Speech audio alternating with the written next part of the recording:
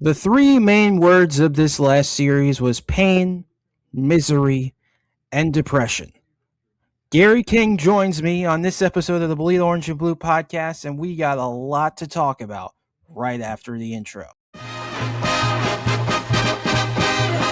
Meet the Mets, meet the Mets. Step right up and greet the Mets. Bring your kiddies, bring your wife. Guaranteed to have the time of your life because the Mets are really socking the ball, knocking those home runs over the wall. East side, west side, everybody's coming down to meet the METS Mets of New York Town. Hello, everybody. Welcome into the Bleed Orange and Blue podcast. My name is TJ Labby alongside Gary King III tonight on this damp, humid, hot Thursday evening here over in Connecticut for me.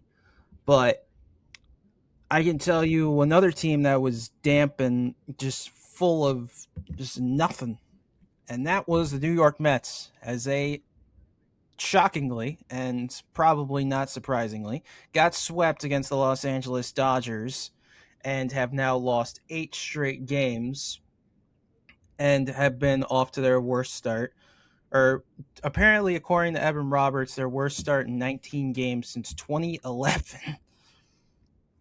2011. That's how bad it is. And I don't really know what to say. I don't really know what positive we're supposed to find. It's there's no room for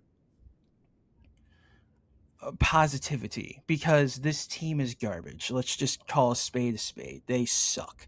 They are bad. They're one of the worst teams in the league.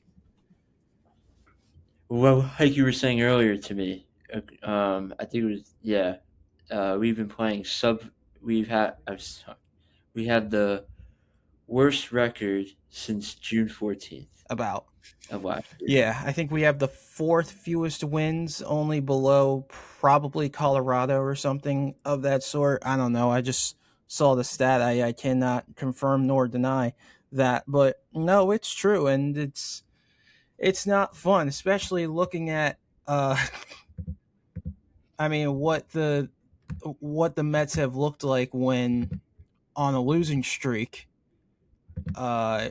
I can pull it up right here. So this is the first. This is the second straight year in a row that the Mets have gone on an 8-game losing streak. And if they lose tomorrow, it will be the first time since 1981 that they have lost 9 straight games.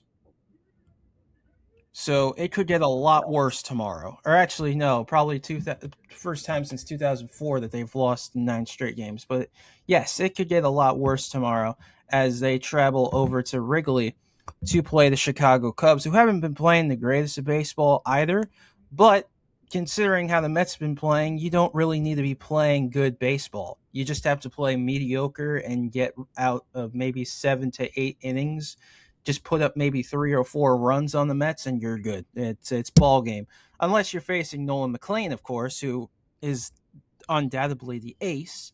But, who knows? All right, let's recap this series to all these Mets fans out there that want to endure pain, because why not? The Mets lost game 1 4-0 against the Dodgers. Justin Wroblewski, I can't say his last name to save my life, got the win. Yeah.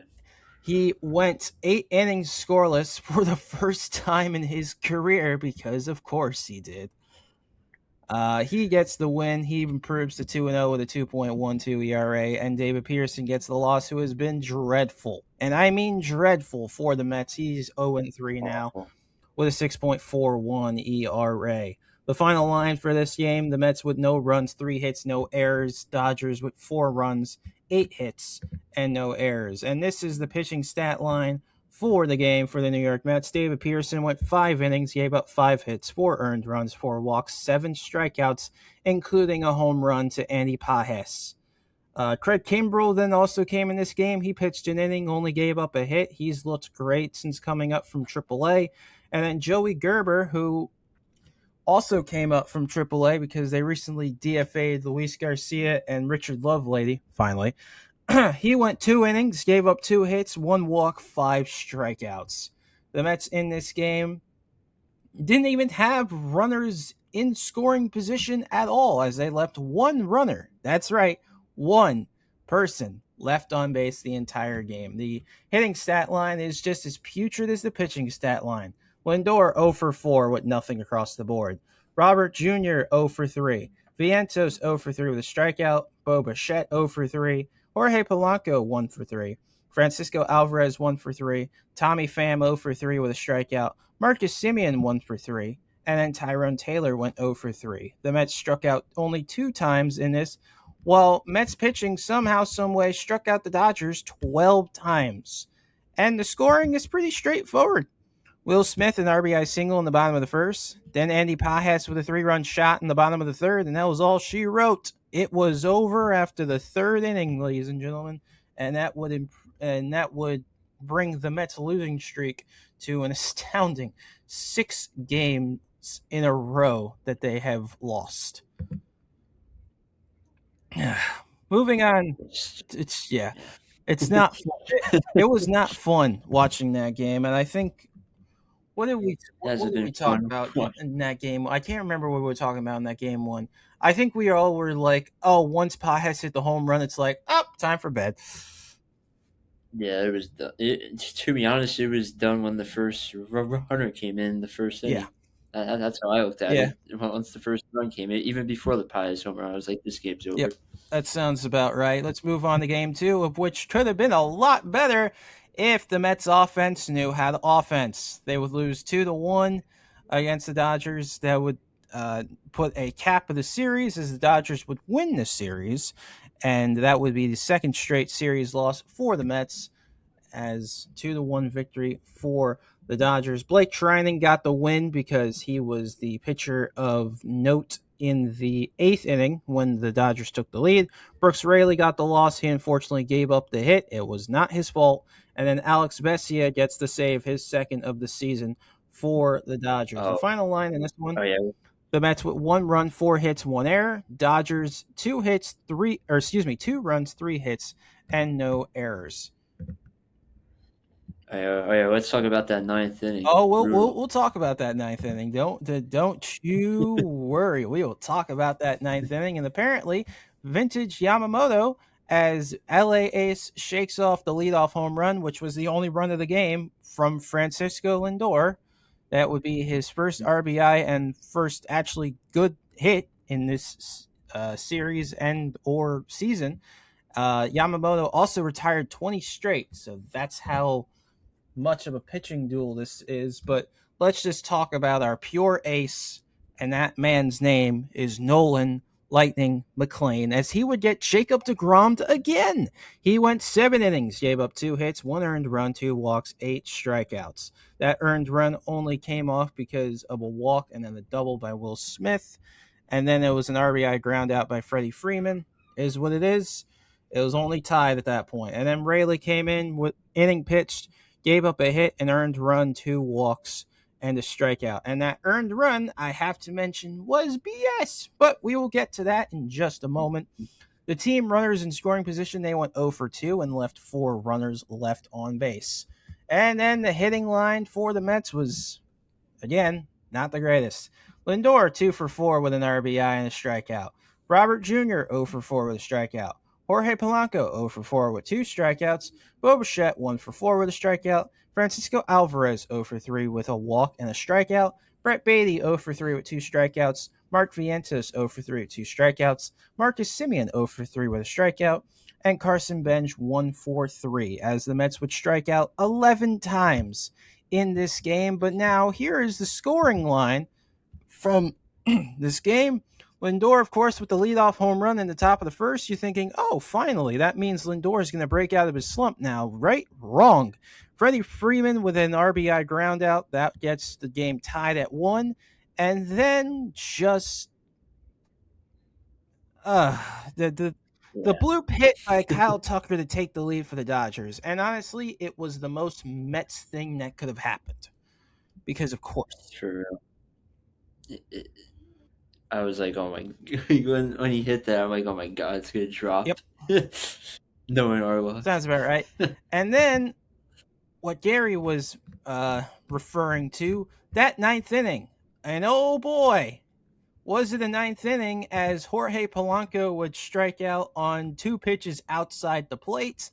Bo Bichette then would strike out on all 3 pitches outside the zone. And then Francisco Alvarez would also strike out at 3 pitches below the zone. No patience, no disregard, and just no hope at all for the Mets, as that would be their 7th straight loss going into the next Just day.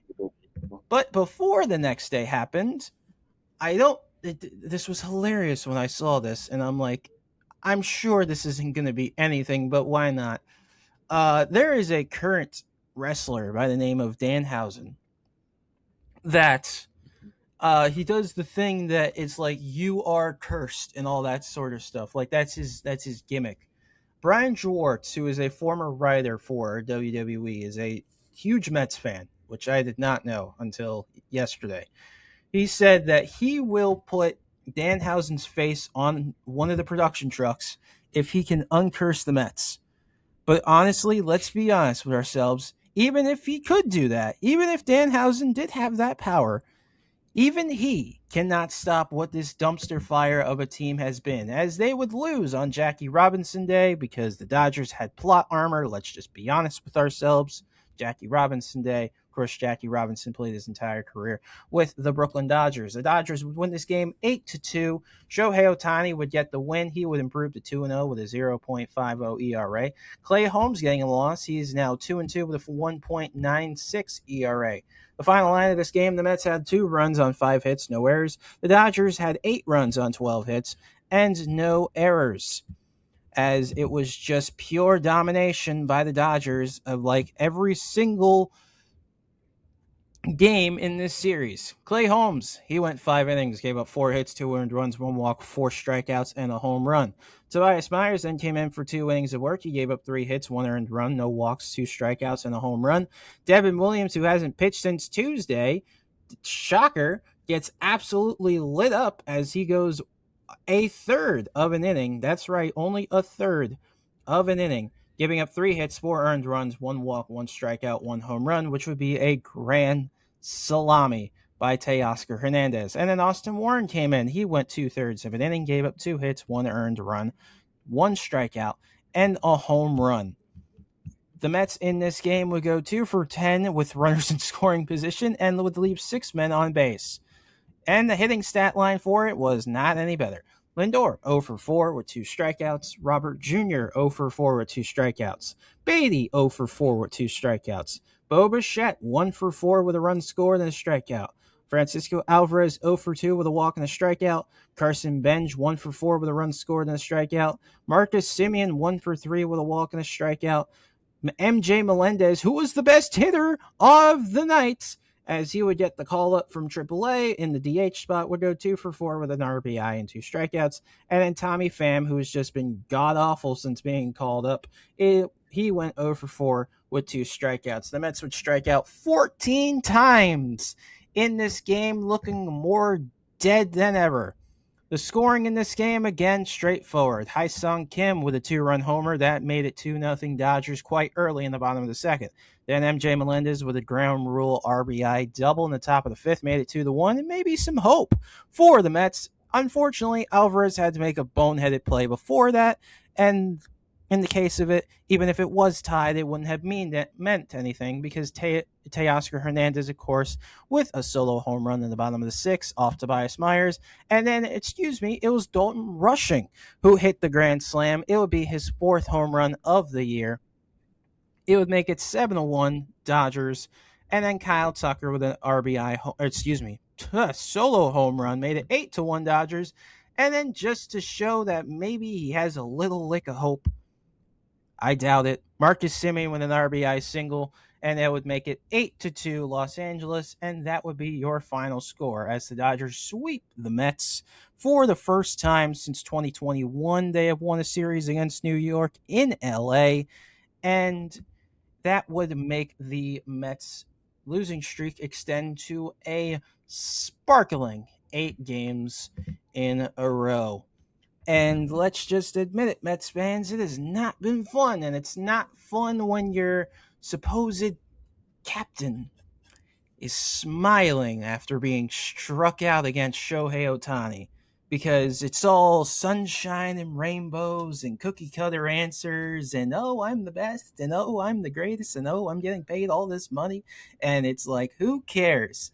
Even though you, Lindor, are the main reason this team is in the gutters, because you had to politic and you had to do this and you had to do that, and you're the main reason Alonso, McNeil, and Nimmo are gone. Let's just call a spade, ladies and gentlemen. It's the truth, because he couldn't get along with anybody, and we ship him off. Meanwhile, Nimmo's hitting 333 over Texas. Alonso is on a slow start over in Baltimore, but let's give him the benefit of the doubt. It's very difficult transitioning from National League East pitching to American League East pitching, because the American League East is the toughest division in baseball. Let's just be flat out. And then Jeff McNeil has been raking the ball with the Athletics, but also Sacramento hasn't been playing that well ever since the New York trip, but that's here nor there.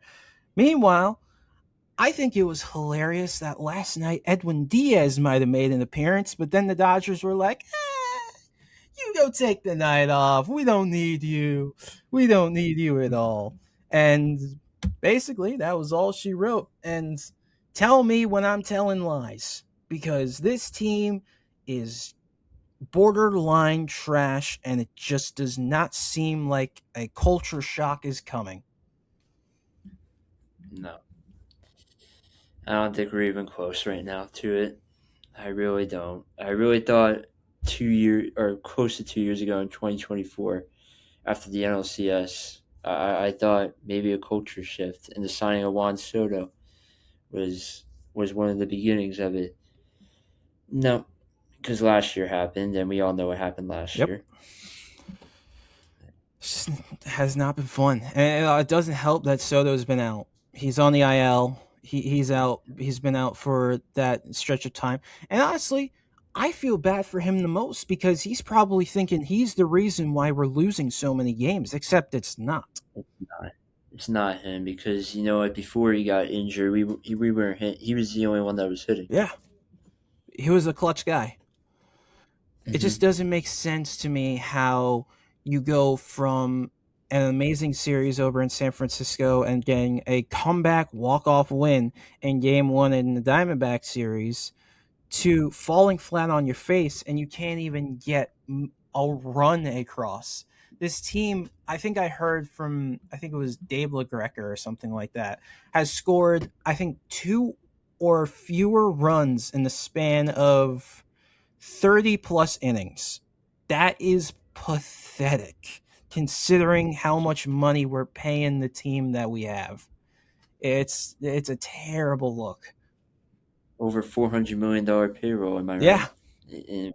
And can't even get multiple runs No. a game. Nope. It's just, and the pitching is suffering because of it. Because Yeah. the pitching, other than Peterson and Senga, even though he had a terrible start in that second game against the Diamondbacks, I mean, we'll see what happens when he takes them out tomorrow against the Cubs. Maybe he rebounds. But other than Senga's bad start against Arizona and Peterson not pitching the greatest, RGA. the staff, the rotations looked pretty good. Yeah, it's the pitching staff's been one of the best in baseball. I mean, it's just the offense hasn't been one of the best in baseball. And without Juan Soto, I mean, yeah, but I mean, we were kind of winning more with Juan Soto, and it showed that we needed him. Mm-hmm. And I remember Met fans saying, like after the Friday win against San Fran, there was the start of like, oh, we don't need Soto, we don't need Soto. And then not too long after, we all know what Exactly. happens. And I think another point that needs to be spread across is that Jorge Polanco needs to hit the IL. Yeah, I'm, and it's just of the case. It's of the case that we don't think he sucks. It's of the case that it's like, dude, you're hurt. it's Just take affecting the his stint. it's affecting his hitting, and obviously he hasn't been playing. He hasn't been on the field since a couple weeks ago in San Right. Francisco. He should have been on the IL when it was announced, when it was first I agree. announced. That I think it would be 2 weeks from tomorrow. I think it was announced. He should have been on the IL then. This organization is run like crap. Really is. And it's a shame because every fan is paying for it. And I'm going to be completely honest when I say this. I think that we are heading towards the times of where there's going to be empty seats. There's not going to be a lot of people at the ballpark, and it's gonna reflect worse on the team. It's gonna reflect worse on the players. It's gonna reflect worse on Steve Cohen, who said that when he came in here in 2020 that he was going to revamp this entire organization and he was going to bring us home a World Series championship in 5 to 6 years time, and yet we've only made it to the NLCS once in that span of time. 2020 was the COVID year. There's nothing really that you could have really done about that. 21 was a team that just was not good enough to contend in the National League East. 22, they had a powerhouse but collapsed at the last possible moment in Atlanta. We all remember that series. That was a disaster. Maybe get me started on And then the that. Padres just came in and kicked our rear ends and all that stuff. It was not the greatest. But then you bring Buck back for another year in 23. 23, maybe high hopes, but then you have Daniel Vogel back in the DH spot who can't hit a lick to save his life. Then you have all these veteran guys that can't hit to save their lives. It's not. Tommy Pham was our best hitter at one I point. know that's crazy to think about. That is crazy to think about. But and then you fire Buck after 23 because of the disappointment of that season. Then 24, we all remember 24. No one will ever forget the 2024 Mets ever because of the run that they took us on and the vibes in the clubhouse that it took. I think it's funny that all of us, when Jose Iglesias said that, oh, my walk-up song is going to be a song that I wrote, we bashed him to high heaven because it's like, oh, great. So now you're going to make yourself even look more stupid as you're using your own song as a walk-up song. But then we all remember the magical ride that they took us on and fortunately lost to the Dodgers in the NLCS. And then last year, you make one of the biggest marks in franchise history, signing Juan Soto for that huge deal, 15 years, 765 to be here in Queens as a New York Met. You re-sign Alonso at the last possible moment on a 2-year, $54 million deal. And 25 was supposed to be the year, and throughout the first half it was. And then June 14th hit, and just the downward spiral, and you don't know where to go from there. And now, starting off the season, this team looks weaker. This team doesn't look like it's full of poise. Doesn't look like it's full of passion. Doesn't look like it's full of any possible thing that can be a winning formula as a franchise. Like, I don't hate Mendy. I'll be flat. I know Mendy sometimes makes questionable decisions with the bullpen and questionable decisions of taking out pitchers too early and all that stuff. But what do you expect the guy to do when he's being given Yeah, crap? Like the yeah, lineup, it's all on David as Burns. much as the lineup sucked last night, believe me, I know Brett Beatty in the 3-hole should never happen again in my existence, but it probably will. What is Mendoza supposed to do with the card he's been given? Honestly, He hasn't been given great options. I mean, Lindor has gone off to the worst. 2024, statistically, yes, you could say was the worst Lindor start of his Mets tenure.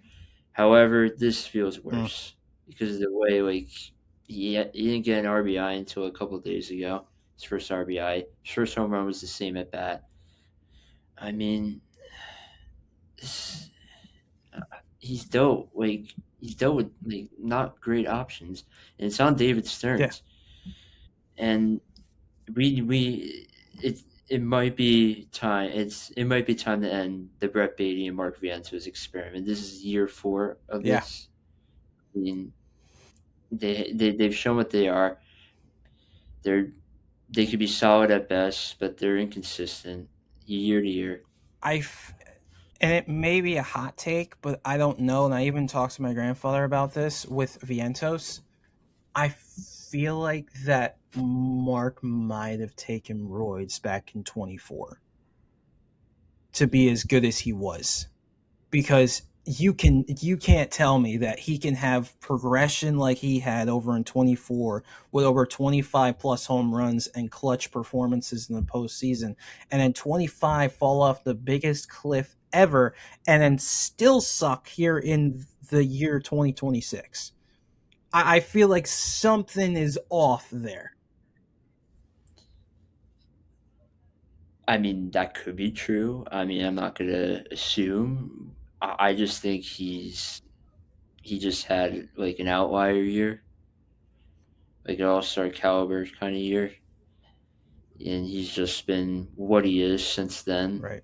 Just not a great major leaguer, just a 4A player, just like Brett Beatty, who in the second half of last year showed me maybe that I was wrong for once about him. But this year just showed me the same thing that I've seen since late 2022 with him. Unfortunately, the Just yeah, unfortunately the Mets have had a terrible track record of prospects, and unfortunately Beatty follows that cycle, and it sucks because I had such high hopes for Beatty, but it just seems like it's not going to pan out. Same thing with Vientos, and dare I say it, same thing with Alvarez. Alvarez does not look comfortable at all. no, he's not what we all thought he would be when he was first being hyped about. Oh, a guy that could catcher that could hit 25, 30 home runs a year, maybe over 100 driven in. He's only hit 25 home runs Yeah, once in his major league career, and that was the first full year in 2023 when the team was. right. Very true. But of course, the Mets go back in action tomorrow. They play the Chicago Cubs. It will be a 2:20 start time over at Wrigley Field. Kodai Senga takes the ball for the Mets, 0-2 with a 7.07 ERA.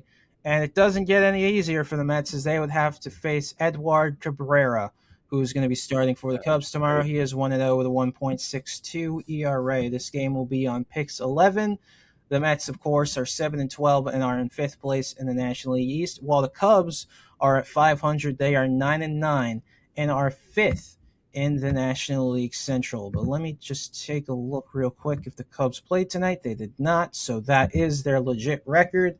So that is what we are looking forward to tomorrow. What do the Mets do? Personally, I think Cabrera is going to be a huge issue for this offense, even though the offense can't seem to hit anybody, including bullpens. So, Can't even hit Justin Robleski. I, yeah, that's just disappointment. But on the bright side, Mets fans, you don't have to make a 10 o'clock in the evening coffee or have to crack open an energy drink, because it's not on the West Coast anymore. They go over to Chicago. They have a 2:20 start tomorrow, so at least you can get it in your afternoon commute, unless you're doing something on what's supposed to be another beautiful Friday. And who knows what happens. Hopefully the Mets can break out of this 8-game winning streak, or excuse me, losing streak. I wish it was an 8-game winning streak. That's how. Yeah. Uh, believe me, I wish I could recalibrate my brain and say, "Hey, it's a winning streak." Crap, it's not. So Yeah, hey, I mean, there is time to do that. I mean, the season just started a few weeks it's ago, true. but I don't see us having an 8-game winning streak right now. Me neither. And I think to cover up to, and this is where we'll end it. To cover up on the point, we were talking in the group chat about Mike Trout and how he's off to a spectacular year. 7 home runs, 16 RBIs. Your resurrection. I mean, been destroying the Yankees. He's the first player in history to have over 5 home runs against the Yankees in a 4 games. 5 home runs in a 4-game series at Yankee Stadium. That's never happened in Major League history. Mike Trout is the first one to do it. And we were talking about the possibility of getting or trading Lindor for Mike Trout.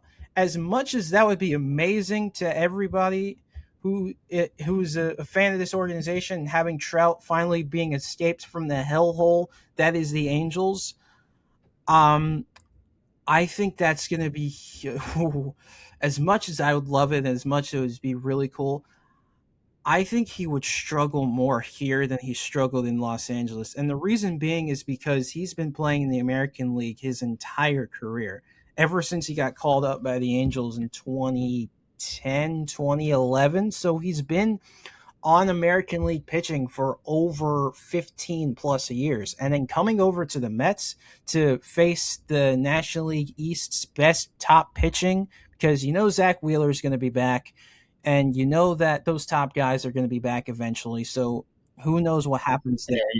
Paul Skeens is in exactly. This week. Exactly, but we won't have to face Paul Skeens again this season, I think, unless I don't know if we have a Pittsburgh. Unless we face him in Pittsburgh. Okay, so we will have to face him again in Pittsburgh. He'll probably be a lot better than he was on opening day against the Mets. But yeah, to the point, as much as I would love Mike Trout on the Mets, I just don't think it happens. And I think Artie Moreno is too much of a greedy owner that he would never, ever accept that trade, a one-on-one trade for Lindor in exchange for Mike Trout, because he thinks that Trout is his meal ticket, and that's what's going to get him tickets and get him revenue. And as much as I want the Angels to succeed with Trout on that team, it's the Angels are very much like the Mets. They are the Mets of the American League because they've been dying for years to get something going. I mean, you had Shohei freaking Ohtani along with Mike Trout on that team, and you couldn't even sniff playoffs. That's how bad it was. Sniff at the division title. Couldn't even. Going back to it's just. Yeah. I just have no words at this point with this Met team. I mean, and obviously going back to the Trout and Lindor hypothetical trade, that's never going to happen. It's also never going to happen because Zach Neto's an Angel, and he had a pretty good year last year. And they want to give him this year to see what he could still bring. That is true.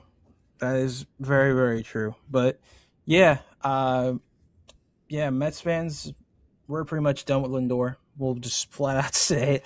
I've been done with Lindor since the start of the offseason, and now he's just giving me more and more reason to say, don't let the door hit you where the good Lord put you. And that's where I'm at this point, unfortunately. But yeah, so the Mets tomorrow look to break the 8-game losing streak that they are on, hopefully gain a win for the first time since Game 1 of the series against the Arizona Diamondbacks, which was the first game of a 6-game homestand. And who knows? Maybe they do it. Maybe they don't. Who knows? We'll see what happens. Thank you all for listening to this episode of the Bleed Orange and Blue podcast. My name is TJ Labby alongside Gary King III. And as for this episode, you can put it in the books.